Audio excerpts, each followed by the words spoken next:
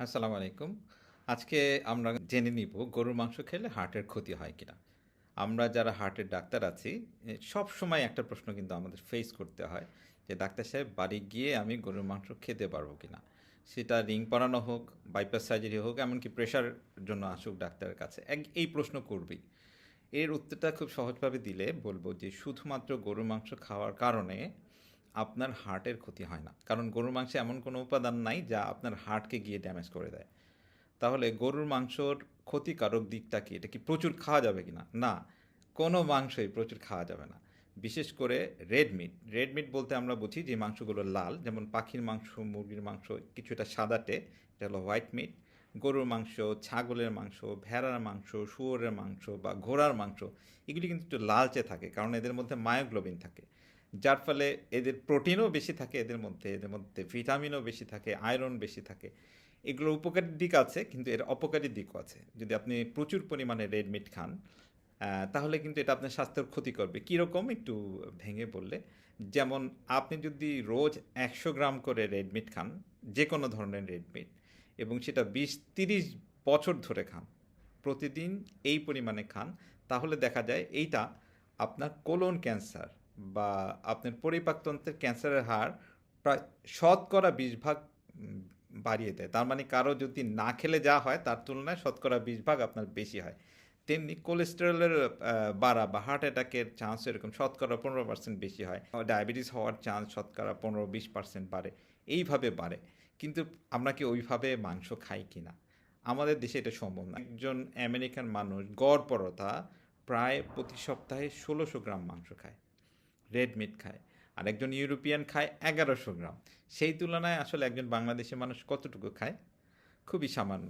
তো রোজ ৫০ গ্রাম করে কেউ যদি মাংস খায়, তাহলে দেখা যাচ্ছে তার কিন্তু কোনো রোগবালাই হওয়ার ঝুঁকি বাড়ে না। ৫০ গ্রাম সহজ বুঝিয়ে দিই, ১ কেজিকে যদি আপনি ২০ টুকরা করেন, তাহলে ১ টুকরা যদি আপনি রোজ খান, আপনি কিন্তু ক্ষতি হচ্ছে না। বা এভাবে বলি, ২ টুকরা যদি প্রতি অল্টারনেট ডেতে খান বা ৩ টুকরা করে সপ্তাহে ২ দিন খান, তাহলে আপনি কিন্তু কোনো ঝুঁকি থাকছে না।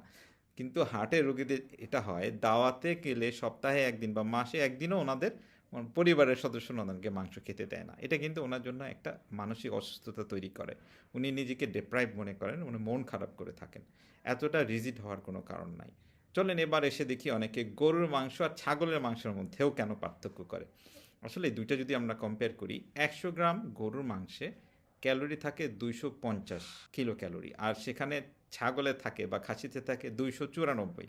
ফ্যাট থাকে গরুতে ১৫ গ্রাম, ১০০ গ্রাম গরুতে ১৫ গ্রাম, খাসিতে থাকে সেটা ২০ গ্রাম।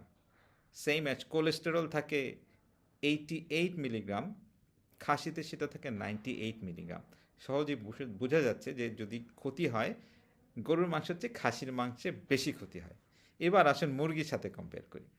মুরগি, সেটাকে যদি আমরা যেটার মধ্যে কোনো ফ্যাট নাই এরকম খাই তাহলে ভালো, কিন্তু মুরগির চামড়া সহ এটাকে যদি চিকেন ফ্রাই যেভাবে করা হয় কোনো ফ্যাট না ফেলে, মুরগিতে কিন্তু প্রচুর ফ্যাট রয়েছে। বিশেষ করে ফার্মের মুরগিতে তো আমরা দেখতেই পাই, এবং দেশি মুরগি বলে যেগুলি বিক্রি হয় তাতেও রয়েছে। তো এরকম স্কিন সহ যদি করা হয় তাহলে কিন্তু এটার মধ্যেও প্রচুর ফ্যাট রয়েছে, কোলেস্টেরল রয়েছে। মুরগি গরু কোলেস্টেরল মুক্ত কোনো প্রাণী না। এইবার আসি আমরা, যে এই যে আমরা মাংস খাবো, আসলে মাংসটা তাহলে কিভাবে খাবো, কোন অংশটা খাবো? দেখেন, আমরা যেই মাংস খাই এটা যদি ফ্যাটলেস খাই, এটা থেকে যদি চর্বি ফেলে খাই, তাহলে কিন্তু মাংসটা আমাদের জন্য অনেক ক্ষতিকারক হয় না। তাহলে দুটো জিনিস এখানে নির্ভর করছে। একটা হলো আমরা কিসের মাংস খাচ্ছি, ২ হলো যে আমরা কি পরিমাণ খাচ্ছি। আরেকটা জিনিস খুব ইম্পর্টেন্ট, সেটা হলো প্রসেসিং করা।